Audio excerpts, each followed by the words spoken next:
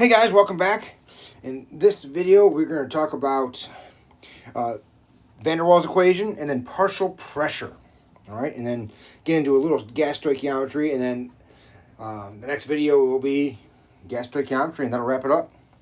All right, let's dive in. So van der Waals, if you remember, that was the guy we talked about with intermolecular forces, right? Whether it was London dispersion forces, dipole-dipole forces, or hydrogen bonding, right?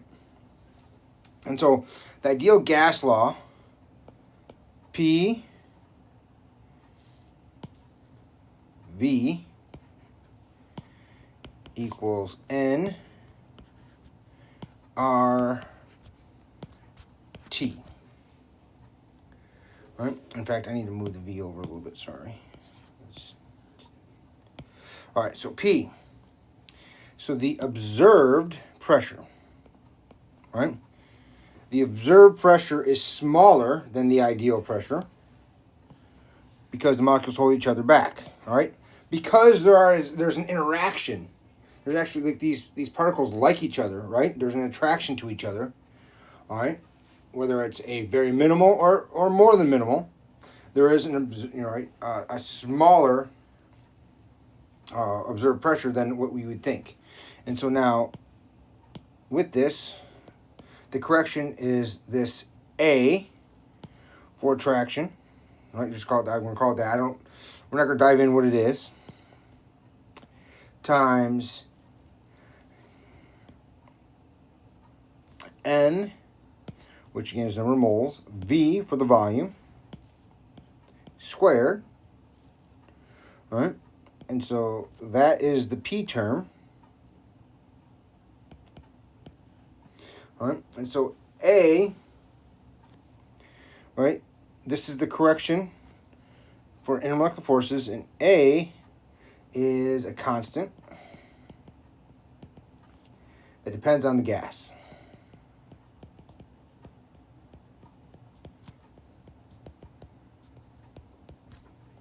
The correction for the volume observed, right, and the observed volume is larger than ideal, because the molecules actually have space, right? They're not all points. So remember, in the ideal gas, the size was 0, or points. And then the attraction was 0, right? And so the real thing is there's an attraction that we just talked about, and the size, they're not points. So you have N, and we'll go with B. And B is also a constant that depends on the gas.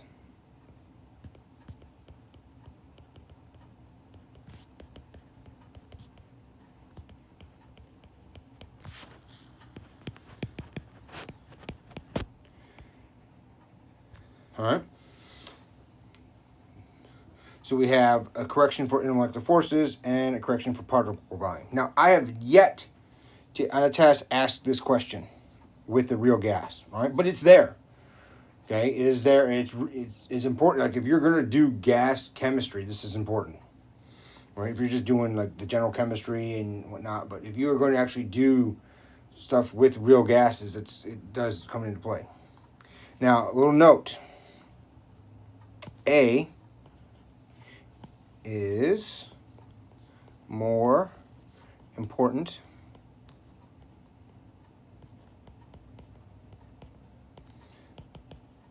than B. Right, so it means the intermolecular forces correction is more important most of the time than the correction for particle volume. So that's the van der Waals equation for real gases. Next, we're going to dive into Dalton and his partial pressure. All right. In Dalton's law of partial pressure, right, think about it this way. Like, if you go to the doctor's and you get on the scale, well, the scale doesn't just measure you. It measures everything you were wearing, have on you, whatnot. So if you have a coat on, if you have big, heavy shoes or boots on, if you have stuff in your pockets, belt, right, hat, whatever it is, it weighs the whole thing. Right? You are a part of that whole weight. All right. Now, most of the time, the doctor doesn't make you get naked to get weighed, right? Now, there are things where they do that. You're almost naked to get weighed, right? Obviously, like you see, like if you're a UFC fan, right, and they're weighing in, or a boxing fan, or there are some weights where, yes, we want a really good weight. But the doctor really is just looking for big changes, I'm assuming. So they're not looking for the exact weight. Like if you have flip-flops on one time and you have like big boots on the next time, they're not going to say, oh, wow, look at the difference. Like they're just looking for a general trend. But, right, and they need to know approximately what you weigh for medicine doses too, I'm assuming. Now, partial pressure is the same thing. Instead of being on the scale and you have your keys in your pocket, your phone in your pocket, a wallet or a bag or a coat and shoes and all that, right? Gas is the same way. If you take the air, right, the pressure of air would be a pressure of everything in the air. All right? So each gas in a mixture contributes to the pressure exerted. All right? Okay, so as you know, if you have a container of anything, the gas is bouncing around and is putting pressure on the walls of the container. All right? And the gases mix evenly. Even real gases mix pretty evenly. So the partial pressure is the part of the total, right? So if my keys weigh 1 pound, let's just say they weigh a pound, all right? And my weight, I would subtract 1 pound from my weight on the scale because if my keys are in my pocket, right? And so the keys weight is part of the total weight, all right? Now it's proportional to this thing called the mole fraction, all right? So the mole fraction of gas I is equal to the moles of I, right, all over the total moles present. So it's how many, if you have 10 moles total and you had 1 mole of helium, it'd be 1/10 would be your mole fraction, 1/10. All right. So now Dalton's law, the total pressure exerted by a mixture of gases is equal to the sum of all the partial pressures. Right? So the pressure total is equal to gas 1, gas 2, gas 3. All right? That's what it means. And so the pressure total is equal to the sum of I equals 1 to N PI. All right, where PI is the partial pressure of gas I. All right, so for example, pressure of air, all right, that we breathe.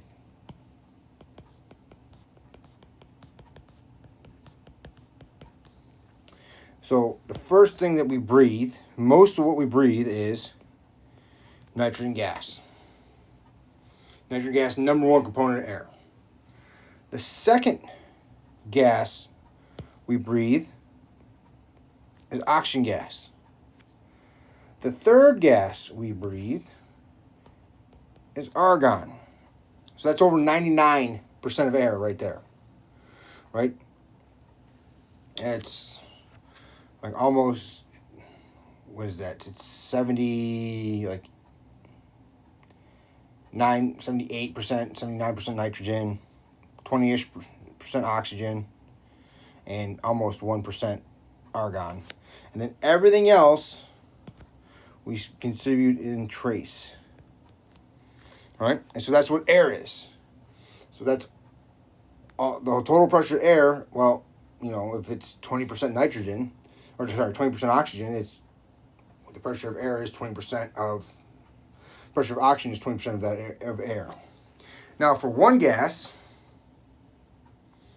all right, the pressure of I equals the moles of I, which are the moles total, times RT over V, which is the ideal gas law, basically. All right. So, for the mixture, the total pressure is equal to the pressure 1 plus pressure 2 plus pressure 3. Let's just say there's 3 gases, which would equal, sorry, my screen's moving around, P total would equal N1 plus N2 plus N3, right? All the moles times RT over V, right? That's the ideal gas law, right? Which is the same thing as N total times RT over V, all right? So now if I do some division here, Pi over the P total is the same thing as Ni, the moles of I over the total moles, or we can call it Pi, partial pressure of gas I, is equal to the moles of gas I over the moles total times the total pressure.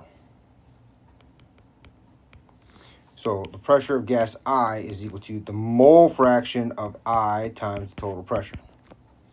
All right, so that's the mole fraction. All right, and so there's Dalton coming in, right? So now if there's only one gas, then the partial pressure is the total pressure, right? And so just remind yourself, mass, we talk about mass. If I have 5 grams of silver, that means that's how much silver I have, is 5 grams. It's a mass. That's how we weigh it out, get the mass, because on Earth, that's how we do it. And that's how much I have. How much water do you drink today? Well, I drank 2 liters of water today. Or I drank 1 liter of water, or 4 liters of water, right? That's the volume is how much water we consume, right? We care about the volume. It could be a mass, but we just do the volume because that's how we measure it, all right? Just like how many cups of coffee you drink. Same thing, it's a volume. For gases, how much air is in your tires, right? It's a pressure. We look at the pressure of the tires, right? How much air. Now, what's different about gases is that V and T change, and it drastically changes the P, right, in the ideal gas law, right? Whereas, yes, if my water drinking, the temperature, if it's closer to 4 degrees Celsius and I'm drinking a gallon of water, and if it's at, I don't know, 30 degrees Celsius, I actually drink more water at 4 degrees Celsius than 30 degrees Celsius. Okay, all right, even though it's the same volume, because, right, the volume is different. It's temperature dependent. This is more temperature dependent. But how we measure gases is pressure. And so if there's only one gas, the total pressure is the partial pressure, right? And so, and I like this statement. I stole this from Michigan State. In other words, partial pressure of a gas of a mixture equals the pressure it would exert if it was the only gas present, right?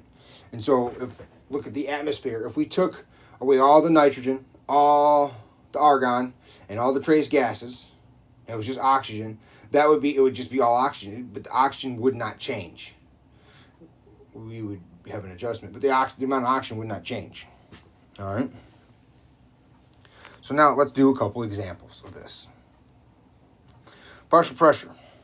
So I have 3 samples. 1 liter O2 at 2 atmospheres, 1 liter N2 at 1 atmospheres, and 2 liters Hg at 2 atmospheres. And we're going to put them all into a 3-liter container. The question is, what is the final pressure?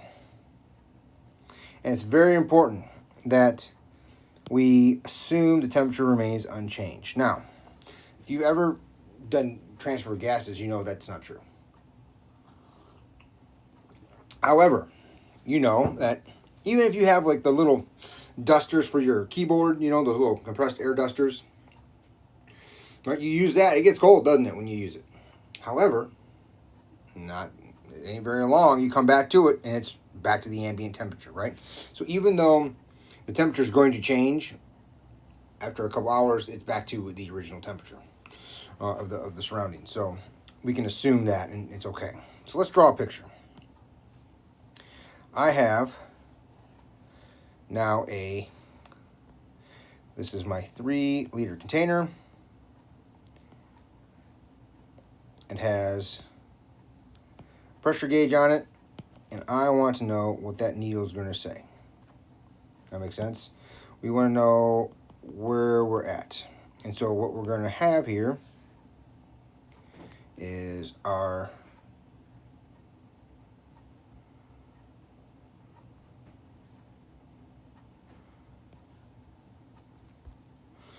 three gases. So we have 1 liter O2, 2 atmospheres. I have 1 liter N2, 1 atmosphere. And we got 2 liters of helium at 2 atmospheres. And we're putting all these in to 3 liters. Now, do I just add up the pressures? Is it 2 plus 1 plus 2? Is it 5 atmospheres? Makes sense. However, let's look at this right here. We have PV equals nRT. We know the temperature doesn't change. We know N's not going to change. We know R is not changing. However, we know the pressure is changing. Right? So if the pressure is changing, right, because we're assuming the pressure is changing, we're also knowing the volume of these gases are changing. Right? Because we have a volume change for oxygen, we have a volume change for nitrogen, and a volume change for helium, we're going to have a pressure change for those 3 gases too. And so we're going to have a P1V1 equals P2V2 situation. So I'm going to have 2 atmospheres of O2 at 1 liter equals whatever the second pressure is, not equals, times 3 liters. So that looks like P2 is 2/3 of an atmosphere, right? Because I got to divide both sides by 3.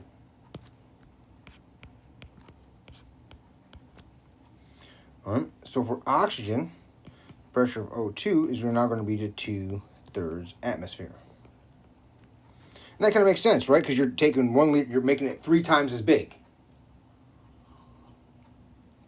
So you're taking 1 gas and making it 3 times bigger. Kind of makes sense. Same thing's going to happen with N2. All right? I'm going to have 1 atmosphere of N2 times 1 liter equals P2 times 3 liters. So if I divide both by 3 liters, it looks like P2 is 1/3 atmosphere.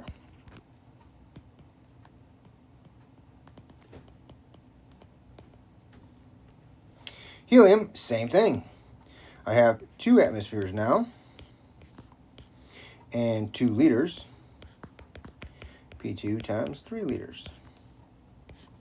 So if we divide both sides by 3 liters, P2 is, it looks like that would be 4/3.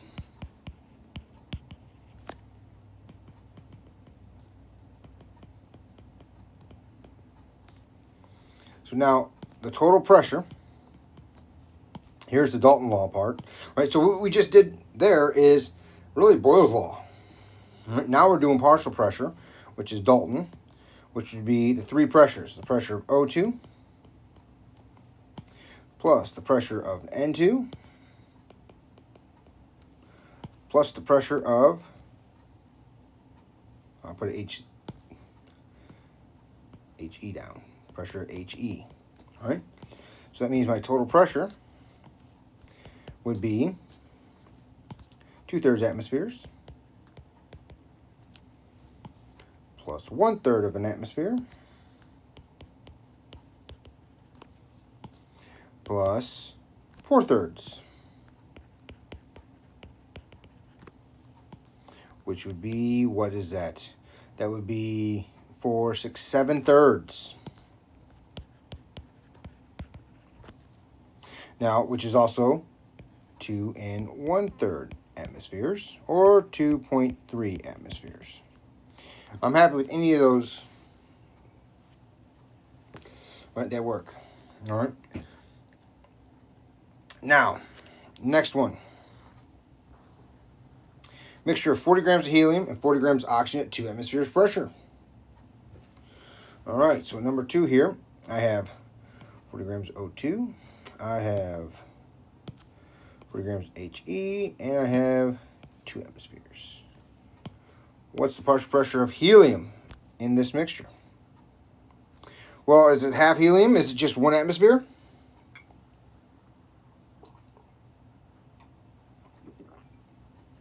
I don't think so, is it? And the reason I don't think so is because, remember Dalton's law, the pressure of helium will equal the mole fraction of helium times the pressure total.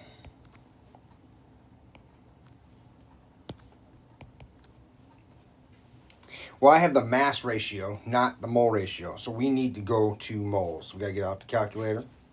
All right. I have 40 grams of helium.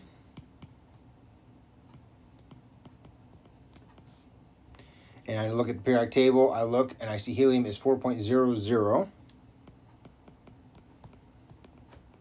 is 1 mole. So that means I would have 10 moles of helium.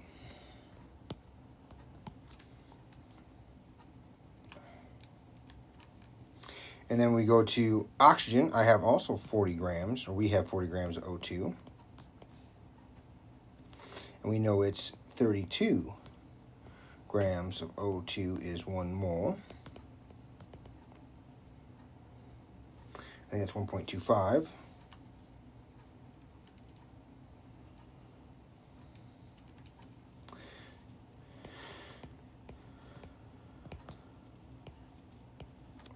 All right, so now the partial pressure of helium is going to be the mole fraction times our total pressure. So I have 10 moles, all right? And if we add these up, I would have the 10 plus the 1.25 moles, right? So we'll just call it 11.25, and then times the 2 atmospheres. So it looks like my pressure of helium would be what? 10 divided by our 11.25 times 2. 1.8 atmospheres. Now, I know sig fig's a little bit different, this one. All right, we're just going to have to go with that because I don't want to round it up to 2. But that is how we would do a partial pressure problem. All right. And last but not least, I love this problem. All right, another Michigan State problem. It's realistic. So what happens is, and I should get a picture.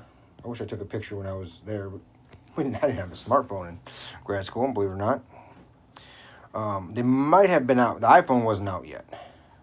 Maybe it was out. I don't know. I did not have one. Anyway, there's this big glass apparatus in the fume hood that you can actually connect gas reactions to, these round bottom flasks too. It's actually pretty nice. And you can actually do reactions this way. You can put gas in there, take gas out, pull a vacuum out. It's really nice. And so these apparatuses, this is a very crude picture, right, drawn on like PowerPoint or something like that. It's actually a really nice glass, a glass apparatus. I think called a schlank line, and they got a mercury bubbler in there. It's really nice, and you can control a lot of things. You can have positive nitrogen. You can do reactions with nitrogen. You can do reactions or whatever gas was hooked up. Ours was nitrogen, and so you can do that. And so you can do this type of reaction in the lab. All right, it's doable. All right. And so these two gases, when you open this tap up, right, because there's taps now.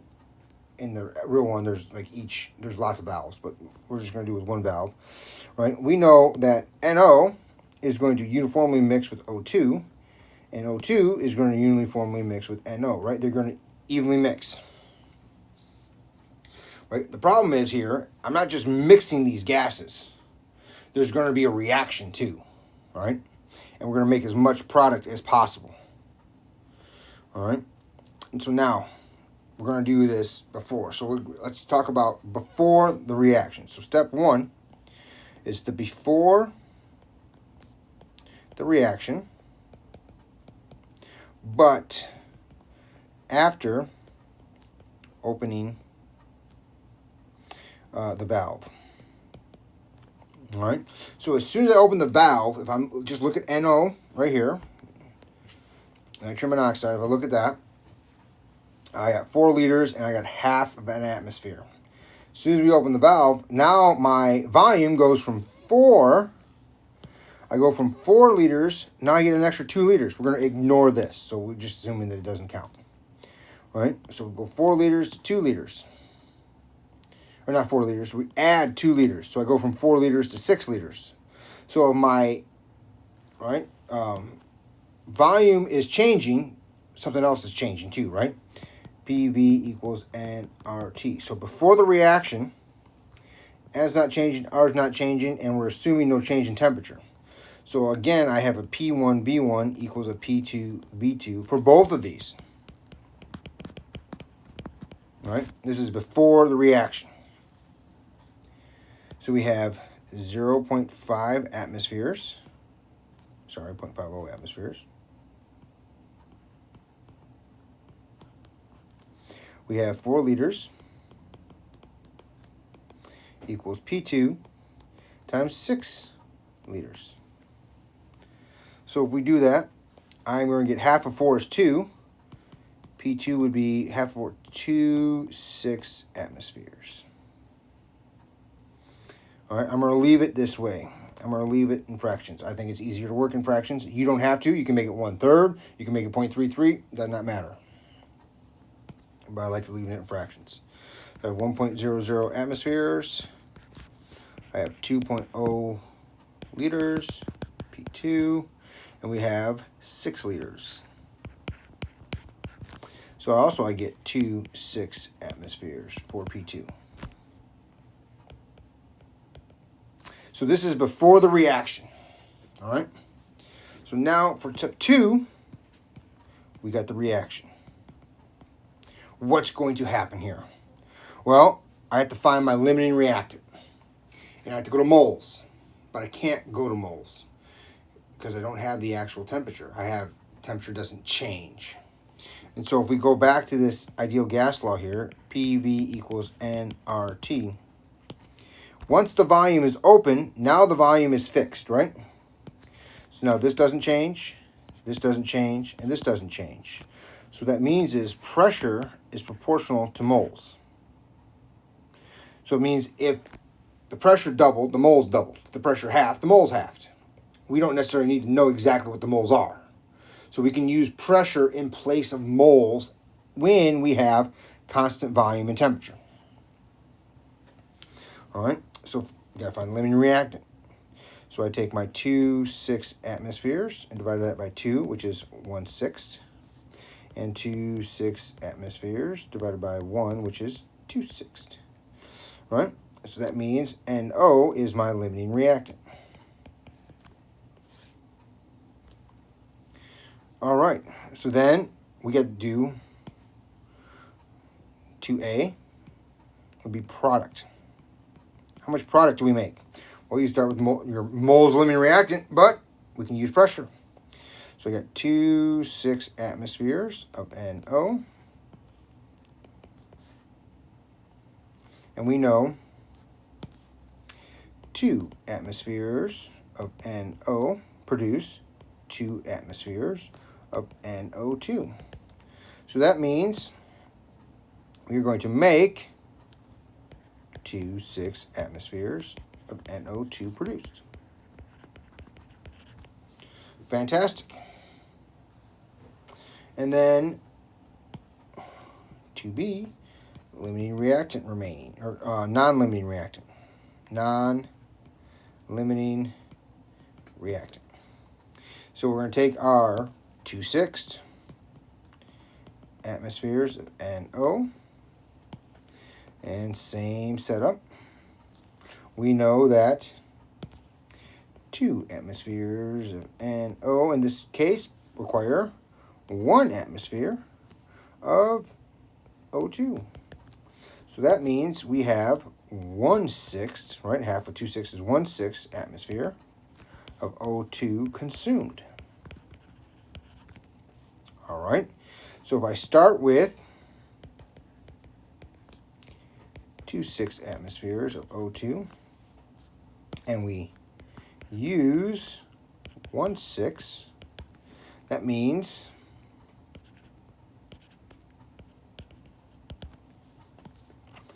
1/6 atmospheres O2 remain. All right, so now my total pressure.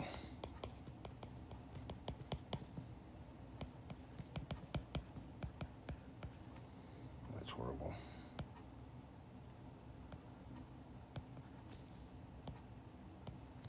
My total pressure, all 3 of these.